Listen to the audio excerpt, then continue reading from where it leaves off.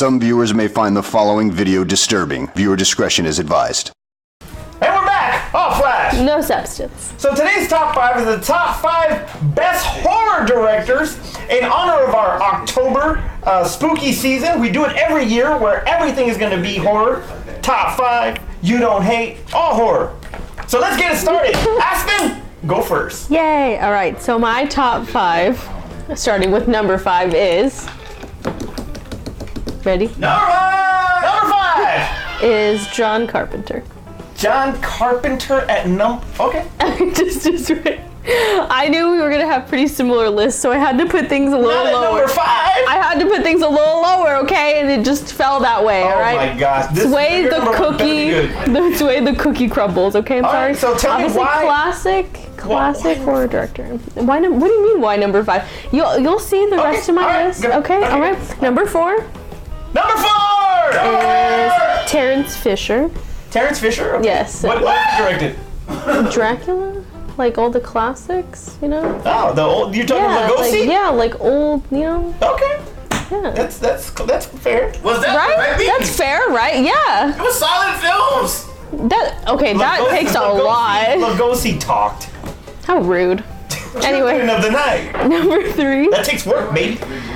Number 3. Number 3 is Wes Craven. Wes Craven 3. Yes, okay, yes. That's a good one. Yeah, I didn't want to put it too low or too high because I feel like that would hurt my heart, but also didn't want to put it too high because I know it's kind of a short window of directorial, you know, things. Okay. Number 2. Number 2 is Alfred Hitchcock. Alfred Hitchcock at number 2. Okay. Yeah. That's a good one. I'm a sucker for like the classics, you know. I don't blame you gotta give them in there. I don't blame you. All right, and my number 1. Number 1. All right. Is James Wan. James Wan is your number 1. Number 1. Wan is 1. Yes, 1 is 1. Okay, I need to hear this on why. Okay, James Wan, listen. I wanted to put somebody up there that was gonna that's continuing to make, you know, really good work. You know, there's a lot of directors, like the director who did like Mama, and the director who did Babadook, which is a woman, by the way. This is kind of like a one-time hit kind of thing, and you haven't really seen them from since then. You did see the director from Mama. He did direct It, the newest installment, actually, which I didn't like either. But whoa, wait. You didn't like the remake to Stephen King's It? Yeah. You are insane. Why did you not like that? That movie was excellent. The kids were annoying. They were not well-developed characters. It was the 80s. Yeah, that's so boring. That's like happened last year. Like, and people are still trying to make the 80s a thing. I don't want to see that in my films. But you want to see the 50s? Yeah. Okay. Style was better. Alrighty then. Anyway, back to the point.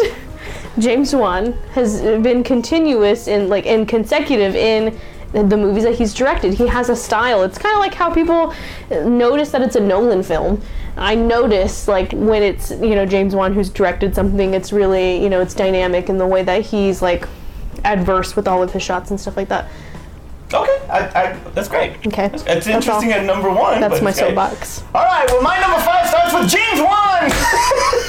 That's fair. Now, there are so many people that could have easily taken this spot, but the reason why I put James Wan in here, one, director, screenwriter, producer, started out with the Saw franchise, just, you know, brought this level of horror back that we really needed, starting with Saw, then going on to Dead Silence, going into Insidious, and now the Conjuring universe.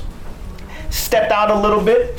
Some would say that it was a sequel to Death Wish, but Death Sentence with Kevin Bacon was also really gritty, really bloody, actually, in some scenes, and it had Wan all over it. And now, because of all of that success, he's already dipped into the DC universe by directing Aquaman that comes out this year. But the work he did, besides all of the horror, because he did absolutely great and all that, was the commercial success that he got for Furious 7, which handling Paul Walker's death was, you know, that was hard in itself, and he handled it great. They didn't recast, they didn't do anything like that as far as, you know, or even cut him out or kill the character or anything like that. They did it with class. I'd put that all on James Wan and Vin Diesel, but he's done so much for horror in such a young age, so definitely number 5. Yeah, he's amazing, and he's really nice. My number 4, George Romero, Dad of the Dead. Dad of the Dead. Yes, right. I was gonna put him on there, but I'm not a fan of zombie movies. Now, he actually started, this fun fact, he actually started on Mr. Rogers. He actually started on Mr. As a Rogers. kid? No. as far as like writing and being behind the scenes of Mr. Rogers. Wait, what? Director, screenwriter, editor, creator of the Night of the Living Dead franchise, directed Creepshow, Monkey Shines, The Crazies, and was also involved in Capcom's Resident Evil 2. Nice. So, George Romero is actually a legend right there, and recently passed, but always gonna be remembered. Number 3 is Alfred Hitchcock. See, Master of suspense, director, producer, actor, screenwriter, editor, art director. This man did it all. Does it all. Great movies like Psycho, Rear Window, Vertigo, The Birds, North by Northwest. He's got an AFI Lifetime Achievement Award that he got in 1979. He also was knighted in December of that same year. Numerous awards, and a lot. You can tell if it's a Hitchcock film, especially when there is a kind of like a voyeuristic type of shot where it's kind of like in the point of view of the character, and you know, kind of like a Twilight Zone feel, but like especially right in on Psycho, the edge. especially in Psycho. But yeah, he was It's definitely like else. the first like kind of Black Mirror thing before Black Mirror was ever a thing. Yes, it was. Yeah. That's very true. Number 2 is Wes Craven. Director, writer, producer, creator of the Elm Street series, Scream, directed The Hills Have Eyes, Last House on the Left, Serpent and the Rainbow, and he himself also dipped into the DC universe by directing Swamp Thing. So Wes Craven is absolutely an icon, but having the imagination of creating a killer that kills in your dreams is, man, that's original. What a beautiful man. And my number 1 horror director, which a lot of our followers on Twitter agree, number 1 horror director of all time is John Carpenter. You know what? That's so unfair because you can only put 4 options in those Twitter things, so you rig them. No, I did not. Director, screenwriter, producer, composer, composed the iconic score for the Halloween theme. Which sounds better on organ. Hey. Not on piano. Directed Halloween, The Thing, Christine, They Live, Prince of Darkness, and also stepped out a little bit from the horror genre. Directed Escape from New York, Big Trouble in Little China, and Starman. Carpenter is absolutely freaking phenomenal, talented, is even involved in this year's Halloween. Helped bring back Nick Castle, who actually played the original Michael Myers, to set up a cameo there for this year's Halloween. John Carpenter is absolutely the best. Such a fun time. Honorable mentions. I only have 1 honorable mentions. One honorable mention for horror directors. Okay. Yeah. Okay, good. I was trying to keep it minimal. Who's your one honorable mention? You're not even gonna know who this is because she only does movies that I've probably seen only. Okay. But it's Corinne Kusama. She did Jennifer's Body. And she actually did, I don't know if anybody's ever heard of it or seen it. It's on Netflix. It's called XX. It's those horror short story films. Oh, yeah. The one with the box. With the box, yeah.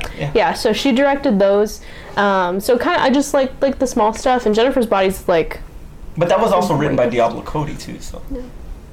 Jennifer Body's trash. No, it's not. It is like that. You're talking about a movie that belongs in like early 2000s. That's that movie. Like except Megan Fox and Tiny Thumbs.